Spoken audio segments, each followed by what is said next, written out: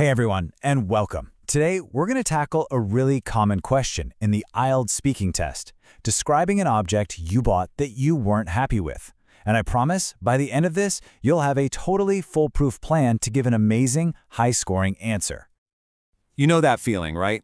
The examiner hands you that little cue card, the 1-minute timer starts, and your mind just goes completely blank. Don't worry, that is a totally normal feeling. We've all been there. But what if I told you we have a simple but really powerful blueprint that you can use every single time? It's going to help you get your thoughts in order super fast so you can speak with confidence for the full 2 minutes, telling a story that just flows. So what's the secret sauce? Well, it's a simple 4-part framework. The best way to think about it is like you're telling a mini story, with a clear beginning, a middle, and an end. It's so easy to remember, and trust me, it covers everything the examiner is listening for.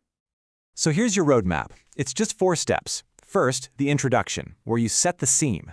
Second, acquisition, which is basically the story of how you got the thing. Third, the problem. This is the juicy part, the turning point. And finally, number 4, the feeling, where you share what happened afterwards. Easy, right? Okay, let's dive into part 1, the introduction. This is your opening line. All you have to do is clearly say what the object is and maybe give a little context, like when you bought it. The key here is just to be super simple and direct. A simple sentence, just like this one, is absolutely perfect. See how it clearly points out the object, a phone charger, and sets the time frame. Right away, you've answered the what and the when. You are off to a fantastic start. Next up, part 2, acquisition. This is where you start to paint a picture and add some color to your story. Think about things like, where'd you buy it? What did it look like? What were your first impressions? For instance, you could say something just like this, talking about where you got it and your first positive thought like, hey, this seems like good value for money. That's a great storytelling move. You're setting up a positive expectation, which is going to make the next part of our story even more powerful. And here it is, the core of your story, the problem. Every good story needs a little bit of drama, and this is where you bring it. A great way to start this part is with a word like, however.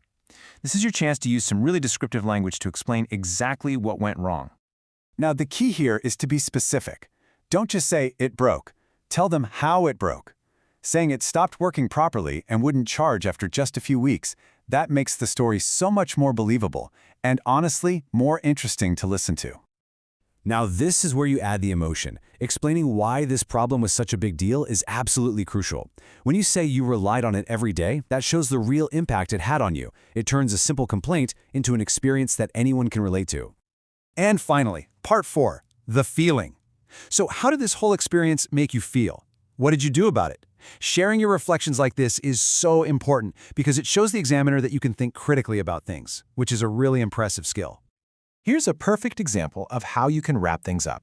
Notice how it connects your feeling, annoyance, to a specific action, like trying to get help from customer service. This gives a really clean and satisfying end to the story of what happened. Okay, so you've got the structure down. That's awesome.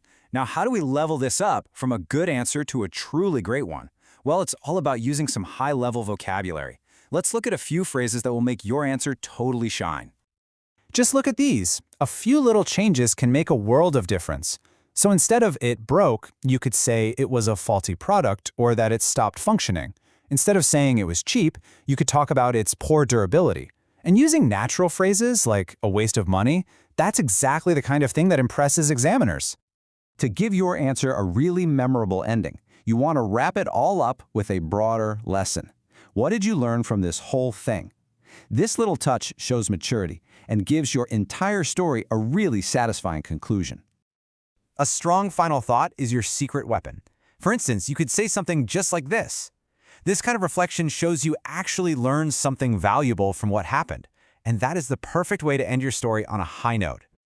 So there you have it, a complete blueprint for absolutely acing the object description task. Just remember the 4 parts: introduction, acquisition, problem, and feeling, and then wrap it all up with a lesson. So now it's your turn. Think of a faulty product you bought and try telling its story using this framework. Practice makes perfect, and you're going to be ready for anything.